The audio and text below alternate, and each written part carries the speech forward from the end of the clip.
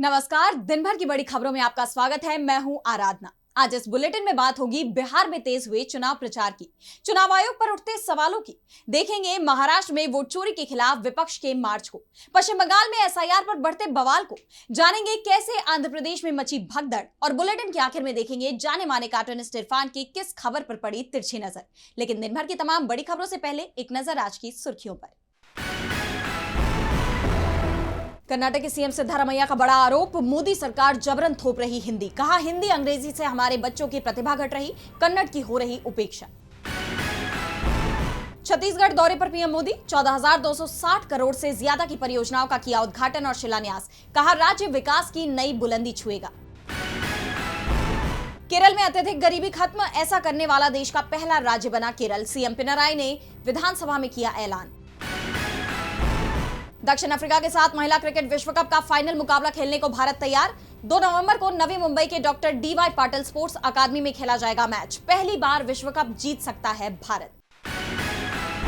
ये तो थी सुर्खियां। अब बात आज की सबसे बड़ी खबर की।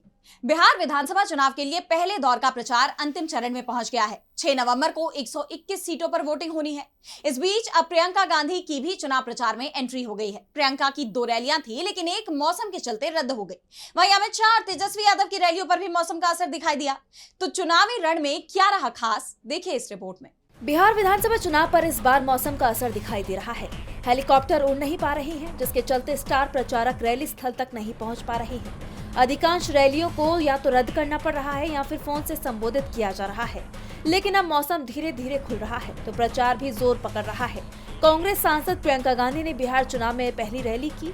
बेगूसराय की रैली में प्रियंका ने कहा, एनडीए के बड़े नेता जब बिहार आते हैं तो वो या तो 20 साल आगे की बात करते हैं या नेहरू इंदिरा का जिक्र करते हैं। वो न बेरोजगारी की बात करते हैं, न किसानों की, न पलायन की। जबकि बिहार के लाखों युवा रोजगार की तलाश में अपने घर छोड़कर बाहर काम करने को मजबूर हैं। इसलिए इस बार नीतीश कुमार और नरेंद्र मोदी के वादों के झांसे में न आए और बदलाव के लिए मतदान करें। प्रियंका ने आगे कहा कि पीएम मोदी अब महिलाओं को 10,000 रूपए देने की बात कर रहे हैं। ठीक है, पैसे ले लीजिए, लेकिन उनको वोट मत दीजिए। उन्होंने आपकी समस्याओं के समाधान के लिए कुछ नहीं किया। प्रियंका ने एनडीए पर तीखा हमला किया। तो तेजस्वी यादव ने भी सत्ता परिवर्तन के लिए जनता से वोट मांगे। तेजस्वी ने कहा कि हमने जो वादे किए हैं, सरकार बनने पर हर वादे को पूरा करेंगे। हर परिवार को नौकरी मिलेगी। तेजस्वी ने बिहार की कानून व्यवस्था की स्थिति पर सवाल उठाते हुए कहा कि चुनाव आयोग जिंदा है या नहीं। बिहार में दिन दहाड़े लोगों की जान ली जा रही है। पुलिस अधिकारी हो या विपक्ष का नेता, कोई सुरक्षित नहीं है। एफआईआर हुई पर आरोपी खुलेआम रैलियों में घूम रहे हैं। उनके पास बंदूकें और बारूद होती है। कोई कार्रवाई नहीं हो रही। क्या कानून केवल विपक्ष के लिए है? बिहार में अपराधियों को सत्ता का पूरा समर्थन प्राप्त है और ये स्थिति अब पूरी तरह से साफ हो चुकी है। चुनाव आयोग कहीं गायब है। 10-10 हजार रूपए रिश्वत बांटी जा रही है, लेकिन कोई भी कार्रवाई नहीं हो रही। महागठबंधन के समर्थन में अखिलेश यादव ने भी रैली की और जनता से मांग की कि जैसे लोकसभा चुनाव में अवध की जनता ने बीजेपी को साफ कर दिया था, वैसे ही इस बार बिहार में मगध की जनता बीजेपी को साफ कर दे। तो वहीं एनडीए की तरफ से अमित शाह मैदान में उतरे, लेकिन खराब मौसम के चलते उनकी अधिकांश रैलियां रद्द हो गई। सवाल तो उठता है कि क्या कानून सिर्फ विपक्ष के लिए है? सत्ताधारी दल पर चुनाव आयोग की इतनी मेहरबानी की वजह क्या है? वैसे इस वक्त बिहार की कानून व्यवस्था की बिगड़ती स्थिति ने भी चुनाव आयोग को फंसा दिया है। मोकामा में जनसुराज पार्टी समर्थक और गैंगस्टर से नेता बने दुलार चंद यादव की जान लेने की घटना ने विपक्ष के इन आरोपों को और बल दे दिया है, जिसके बाद आयोग भी सख्त नजर आ रहा है। लेकिन उसकी कार्रवाई पर भी कई सवाल खड़े हो गए हैं। तो क्या है पूरा मामला, आइए देखते हैं इस रिपोर्ट में। बिहार में चुनावी शोर के बीच दुलारचंद यादव के लिए न्याय की मांग जोर पकड़ रही है। मोकामा में जनसुराज पार्टी समर्थक दुलारचंद यादव की जान लेने की घटना से लोगों में आक्रोश है। इलाके में भारी पुलिस बल तैनात किया गया है। इसके बावजूद माहौल तनावपूर्ण नजर आ रहा है और अब जाकर चुनाव आयोग ने भी इस घटना का संज्ञान ले लिया है। आयोग ने बिहार के पुलिस महानिदेशक और पटना के जिला निर्वाचन अधिकारी से घटना की विस्तृत रिपोर्ट मांगी है। चुनाव आयोग ने कहा कि मोकामा की इस घटना की विस्तृत तौर पर जांच कर तत्काल रिपोर्ट सौंपी जाए, ताकि ये सुनिश्चित किया जा सके कि आचार संहिता का उल्लंघन तो नहीं हुआ।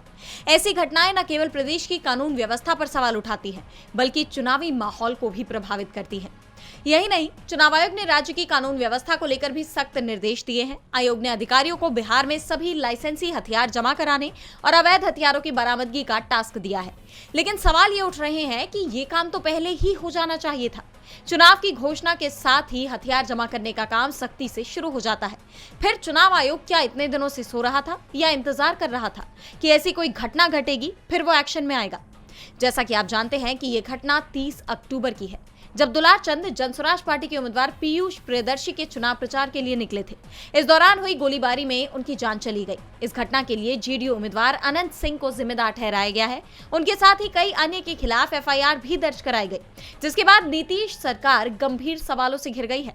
दुलार चंद की पीएम रिपोर्ट में पुष्टि हुई कि उनके पैर में गोली लगी थी, लेकिन डॉक्टर का कहना है कि दुलार चंद की जान गोली लगने से नहीं गई। उनके शरीर पर कई चोट के निशान भी मिले हैं। ऐसे में इसकी कोई दूसरी ही वजह है। बहरहाल इस घटना ने बिहार के एनडीए सरकार में महाजंगल राज के विपक्ष के आरोपों को और बल दे दिया है, जिसका इस चुनाव पर बड़ा असर पड़ना तय माना जा रहा है। बिहार से लेकर महाराष्ट्र तक चुनाव आयोग सवालों से घिरा हुआ है। उस पर बीजेपी के इशारे पर काम करने के आरोप लग रहे हैं। महाराष्ट्र में एक के बाद एक सीटों पर वोटों में धांधली का खुलासा करने के बाद अब विपक्ष ने चुनाव आयोग और बीजेपी के खिलाफ हल्ला बोल दिया है। महाविकास आघाड़ी ने वोट चोरी के खिलाफ सत्याचार मार्च निकाला। इस दौरान शिवसेना यूबीटी प्रमुख उद्धव ठाकरे ने सीएम फडणवीस को खुली चुनौती दे दी। तो क्या कुछ हुआ इस रैली में, आइए देखते हैं इस रिपोर्ट में। महाराष्ट्र में वोट चोरी के खिलाफ विपक्ष ने मुहिम छेड़ दी है। महाविकास आघाड़ी ने एकजुट रूप से सरकार के खिलाफ सत्याचार मार्च निकाला। हालांकि पुलिस प्रशासन ने ट्रैफिक का हवाला देते हुए इस रैली की इजाजत नहीं दी थी। इसके बावजूद विपक्षी दलों ने हार नहीं मानी। इस रैली में सबसे ज्यादा ध्यान बटोरा ठाकरे ब्रदर्स ने। उद्धव ठाकरे और राज ठाकरे ने एक मंच से बीजेपी और चुनाव आयोग पर हमला बोला। खास बात ये रही कि मंच से प्रमुख राज ठाकरे मोर्चा स्थल तक लोकल ट्रेन से पहुंचे, जहां बड़ी संख्या में पार्टी कार्यकर्ता और विपक्षी दलों के नेता मौजूद रहे। मुंबई के मेट्रो सिनेमा से लेकर बीएमसी कार्यालय तक रैली के बाद महाविकास आघाड़ी की सभा हुई। इस दौरान शिवसेना यूबीटी प्रमुख उद्धव ठाकरे ने कड़े स्वर में कहा कि महाराष्ट्र विधानसभा चुनाव में वोट चोरी की गई। हमारी पार्टी, नाम और चुनाव चिन्ह चोरी हो गए। अब वोट चोरी हो रही है। चुनाव आयोग का सर्वर बीजेपी दफ्तर है। डिप्टी सीएम एकनाथ शिंदे और सीएम देवेंद्र फडणवीस कहते हैं कि विरोधियों को बेनकाब करेंगे। मैं देवेंद्र फडणवीस को खुली चुनौती देता हूं कि मुझे बेनकाब करें, दिखाएं कि हमें कैसे फायदा हो रहा है। उन्होंने महायुति सरकार को सीधी चुनौती दे दी। तो मंच से प्रमुख राज ठाकरे ने भी वोट चोरी के मुद्दे पर सरकार को घेरा। उन्होंने बताया कि कल्याण, डोंबिवली, भिवंडी और पालघर के 4,500 मतदाताओं ने मालाबार हिल में भी मतदान किया था। इसकी पूरी लिस्ट मेरे पास है। ये लड़ाई लोकतंत्र की रक्षा के लिए है, क्योंकि अगर मतदाता सूची में ही गड़बड़ी रहेगी तो चुनाव का असली मतलब ही खत्म हो जाएगा। इस मार्च में एनसीपी, शरद गुट, कांग्रेस, माकपा, समाजवादी पार्टी, एसएचकेपी और अन्य संगठनों के नेता भी शामिल हुए। एनसीपी एसपी प्रमुख शरद पवार ने लोगों से एकजुट होने की अपील करते हुए कहा कि आज लोगों में असंतोष है। विपक्षी नेताओं ने एक स्वर में चेतावनी दी कि अगर सरकार ने मतदाता सूची की गड़बड़ियों की जांच नहीं की तो ये आंदोलन और व्यापक रूप लेगा। अब ये देखना होगा कि वोट चोरी के खिलाफ ये लड़ाई कहां तक जाती है। क्या सरकार बैकफुट पर आएगी? वोट चोरी के खिलाफ महाराष्ट्र में एमवीए ने आंदोलन छेड़ दिया है, तो एसआईआर को लेकर भी महाभारत छिड़ी हुई है। चुनाव आयोग की तरफ से देशव्यापी एसआईआर के ऐलान के बाद से ही इसका विरोध और तेज हो गया है।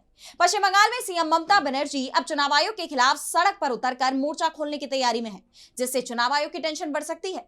तो क्या है पूरी खबर, जानने के लिए देखिए ये रिपोर्ट। वोटर लिस्ट के विशेष गहन पुनरीक्षण यानी एसआईआर का विरोध पूरे देश में ही हो रहा है और अब ये मामला पश्चिम बंगाल में भी गरमाया हुआ है। बंगाल में एसआईआर को लेकर सियासी संग्राम छिड़ा हुआ है।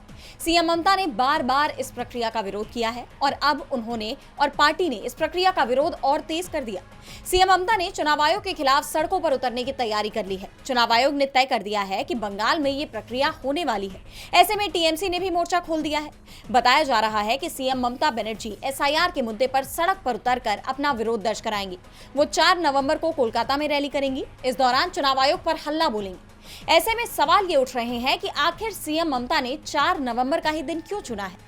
दरअसल 4 नवंबर वो दिन है जब बूथ लेवल ऑफिसर यानी बीएलओस की तरफ से एन्यूमरेशन फॉर्म बांटे जाएंगे। ऐसे में सीएम ममता चुनाव आयोग के खिलाफ आवाज बुलंद करती नजर आएंगी। ममता तो शुरुआत से ही ये कहती आ रही हैं कि इस प्रक्रिया के जरिए बीजेपी एनआरसी लागू करने की कोशिश कर रही है और अब सीएम ने ठान लिया है कि वो चुनाव आयोग को ऐसा नहीं करने देंगी। बता दें कि 31 अक्टूबर को टीएमसी के राष्ट्रीय महासचिव अभिषेक बनर्जी ने एक ऑनलाइन बैठक बुलाई, जिसमें पार्टी नेताओं को एसआईआर में उनकी भूमिका के बारे में जानकारी दी गई। अभिषेक बनर्जी मतदाता सूची में हेरफेर करने की भाजपा की साजिश के खिलाफ पार्टी के अभियान का नेतृत्व कर रहे हैं। ऐसे में चुनाव आयोग के लिए बड़ी चुनौती खड़ी होने वाली है। चुनाव आयोग के लिए चुनौतियां बढ़ती जा रही हैं, तो मुश्किल में फडणवीस सरकार भी दिख रही है। किसानों की कर्ज माफी को लेकर डिप्टी सीएम अजित पवार एक बयान देकर बुरी तरह फंस गए। उन्होंने कहा कि सरकार आखिर कितनी बार किसानों का कर्ज माफ करेगी, जिसके बाद सिर्फ अजित पवार ही नहीं बल्कि पूरी महायुति सरकार बुरी तरह से घिर गई है। तो क्या है ये पूरा मामला, जानेंगे इस रिपोर्ट में। महाराष्ट्र में किसानों के मुद्दे पर एक बार फिर सियासत गर्मा गई है। राज्य में पूर्ण कर्ज माफी की मांग को लेकर किसानों का आंदोलन हाल ही में सरकार के आश्वासन के बाद रद्द हुआ था, लेकिन इसी बीच डिप्टी सीएम अजित पवार के एक बयान ने किसानों की नाराजगी को और भड़का दिया है। बारामती में एक जनसभा को संबोधित करते हुए अजित पवार ने कहा कि सरकार कितनी बार किसानों के कर्ज माफ कर सकती है और क्या इस तरह की वित्तीय रियायत देना टिकाऊ है। सरकार कितनी बार कर्ज माफ कर सकती है और मुफ्त की चीजें बांट सकती है। उन्होंने किसानों को 0% ब्याज पर कृषि लोन मिलने पर नियमित भुगतान की आदत विकसित करने की सलाह दे दी। अजित पवार ने यह भी याद दिलाया कि पहले शरद पवार, देवेंद्र फडणवीस और उद्धव ठाकरे की सरकारों ने भी कर्ज माफ किए थे। हालांकि उन्होंने महायुति के घोषणा पत्र का हवाला देते हुए कहा कि इस बार इसे लागू किया जाएगा। लेकिन जानकारों का मानना है कि घोषणा पत्र में किए गए वादे के बावजूद डिप्टी सीएम का ये बयान सरकार की मंशा पर सवाल खड़े करता है। सोशल एक्टिविस्ट मनोज जरांगे ने इस पर पलटवार करते हुए कहा कि किसानों को अगले चुनावों में वोट देते समय अजित पवार की बातों को याद रखना चाहिए। उन्हें ये महसूस करना चाहिए कि हमारे वोट मुफ्त की चीजें नहीं हैं। जानकारों का कहना है कि सरकार की तरफ से कर्ज माफी पर टाल मटोल जारी रहने पर किसानों का विरोध बड़ा रूप ले सकता है, जिसका खामियाजा सरकार को भुगतना पड़ सकता है। खासकर बीएमसी चुनाव नजदीक होने के कारण सरकार को दोहरा झटका लग सकता है। अजित पवार के इस बयान से न केवल उनकी बल्कि पूरी सरकार की मुश्किलें बढ़ती हुई नजर आ रही हैं। अजित पवार के बयान ने महायुति सरकार को बुरी तरह फंसा दिया है, तो विपक्ष को बड़ी जीत हासिल हुई है। देश भर में जाति जनगणना की शुरुआत हो चुकी है। ये देश का पहला डिजिटल सेंसस होगा जिसमें पहली बार जाति की भी गिनती की जाएगी। इस मुहिम को विपक्ष की सरकार पर लगातार बनाए गए दबाव का नतीजा माना जा रहा है। तो क्या है इस जाति जनगणना को लेकर पूरी खबर, जानेंगे इस रिपोर्ट में। जाति आधारित जनगणना का पहला चरण 1 नवंबर 2025 से शुरू हो गया है। आजाद भारत के इतिहास में ये पहली बार है जब देश में जाति जनगणना की जा रही है। इस प्रक्रिया को विपक्ष के लंबे समय से सरकार पर बनाए जा रहे दबाव का नतीजा माना जा रहा है। ये पूरी प्रक्रिया डिजिटल होगी, जिसमें 1 से 7 नवंबर 2025 तक वेबसाइट के जरिए सेल्फ एन्यूमरेशन यानी कि खुद जानकारी भरने का ट्रायल किया जाएगा। इसके बाद 10 से 30 नवंबर तक गणना कर्मी यानी इन्यूमरेटर घर घर जाकर मोबाइल ऐप की मदद से बाकी डेटा जमा करेंगे। इस दौरान house listing and housing census यानी HLO के तहत मकान संख्या, परिवार के मुखिया, बिजली, पानी, शौचालय और उपयोग किए जाने वाले ईंधन समेत लगभग 10 सवाल पूछे जाएंगे। अधिकारियों ने बताया कि यह अभ्यास सेल्फ कैलकुलेशन मॉड्यूल की प्रभावशीलता को जांचने के लिए किया जा रहा है और ये देश का पहला डिजिटल सेंसस होगा जिसमें जाति आधारित गणना भी शामिल होगी। जैसा आप जानते हैं कि लोकसभा में नेता प्रतिपक्ष राहुल गांधी ने संसद में पुरजोर तरीके से ये मांग उठाई थी और सार्वजनिक मंचों से बार बार ये दोहराया था कि जाति जनगणना तो हम करवा कर रहेंगे। उन्होंने ये भी कहा था कि उनकी पार्टी सत्ता में आने पर देश भर में जाति जनगणना कराएगी और आरक्षण पर लगी 50% की सीमा को भी हटाएगी ताकि वंचितों को उनका उचित हक मिल सके। इसलिए इस फैसले को विपक्ष की एक बड़ी जीत बताया जा रहा है। जानकारों का मानना है कि ये जनगणना सामाजिक राजनीतिक परिदृश्य को बदलने की क्षमता रखती है और आने वाले समय में नीति निर्माण और आरक्षण की राजनीति पर गहरा असर डाल सकती है। जाति जनगणना को देश के विकास के लिए काफी अहम माना जा रहा है। सियासी गलियारों में इसकी चर्चा गरमाई हुई है। इस बीच दक्षिण भारत से दुखद घटना सामने आई है। आंध्र के कुशीबुग्गा वेंकटेश्वर स्वामी मंदिर में एकादशी के मौके पर भगदड़ मच गई, जिसमें 10 से ज्यादा श्रद्धालुओं की जान चली गई, जबकि कई लोगों के घायल होने की भी खबर है। घटना को लेकर सरकार की तरफ से भी बयान सामने आया है। तो क्या है पूरा मामला, जानेंगे इस रिपोर्ट में। आंध्र प्रदेश से एक चिंताजनक खबर सामने आई है। राज्य के श्रीकाकुलम के काशीबुग्गा वेंकटेश्वर स्वामी मंदिर में एकादशी के मौके पर एक दुर्घटना घट गई। ज्यादा भीड़ के कारण मची भगदड़ में 10 श्रद्धालुओं की जान चली गई, जिनमें 8 महिलाएं और 2 मासूम बच्चे शामिल हैं। इस हादसे में 25 से ज्यादा लोग घायल हुए हैं, जिनका इलाज जारी है। स्थानीय निवासियों के मुताबिक मंदिर में आने जाने का एक ही रास्ता था, जो कि संकरा था। एकादशी के चलते श्रद्धालुओं की भारी भीड़ जुटी थी, जिससे एंट्री गेट पर जबरदस्त दबाव बन गया। धक्का मुक्की बढ़ने से एक रेलिंग टूट गई, जिसके बाद अफरा तफरी मच गई और भगदड़ शुरू हो गई। इस दौरान कई महिलाएं और बच्चे भीड़ के नीचे दब गए। हादसे के सामने आई वीडियो में मंदिर की सीढ़ियों पर कई लोग बदहवास और बेसुध दिखाई दे रहे हैं।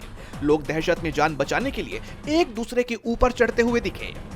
घटना के बाद स्थानीय लोगों ने दबे हुए लोगों को बाहर निकाला। राज्य की गृह मंत्री अनिता ने बताया कि मंदिर पहली मंजिल पर स्थित है और यहाँ सिर्फ 20 सीढ़ियां हैं। उन्होंने स्वीकार किया कि एकादशी के कारण श्रद्धालुओं की संख्या सामान्य 1500 से 2000 की तुलना में बहुत ज्यादा थी। वहीं राज्य के स्वास्थ्य मंत्री सत्य प्रकाश ने तो दावा किया कि 25,000 से ज्यादा लोग दर्शन के लिए पहुंच गए थे जो मंदिर की क्षमता से कहीं ज्यादा था। सरकार ने इस घटना की जांच के आदेश दे दिए हैं। वहीं श्रीकाकुलम के पुलिस अधीक्षक केवी महेश्वर रेड्डी ने बताया कि मंदिर के प्रशासक हरि मुकुंद पांडा पर गैर इरादतन जान लेने यानी आईपीसी की धारा 304 के तहत मामला दर्ज कर लिया गया है। फिलहाल सरकार की तरफ से कोई राहत या मुआवजे राशि का ऐलान नहीं किया गया है, लेकिन इस घटना ने न सिर्फ राज्य बल्कि पूरे देश को झकझोर कर रख दिया है। और बुलेटिन के आखिर में देखेंगे जाने माने कार्टूनिस्ट इरफान की किस खबर पर पड़ी तिरछी नजर।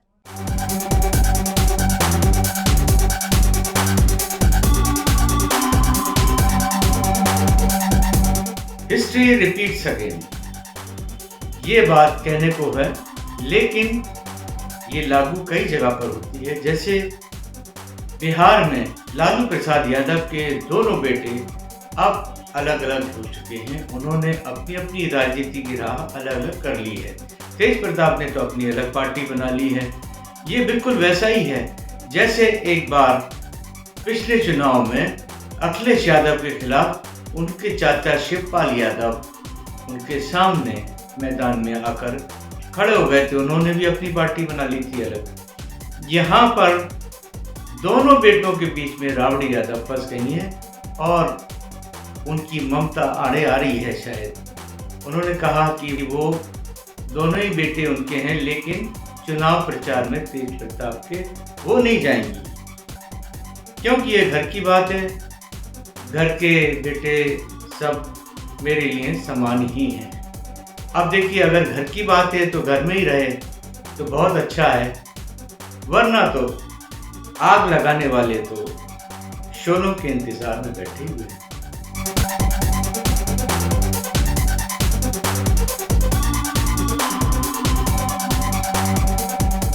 बहुत बहुत शुक्रिया इरफान जी। तो आज इस बुलेटिन में इतना ही। आप देखते रहिए डीबी लाइव। नमस्कार।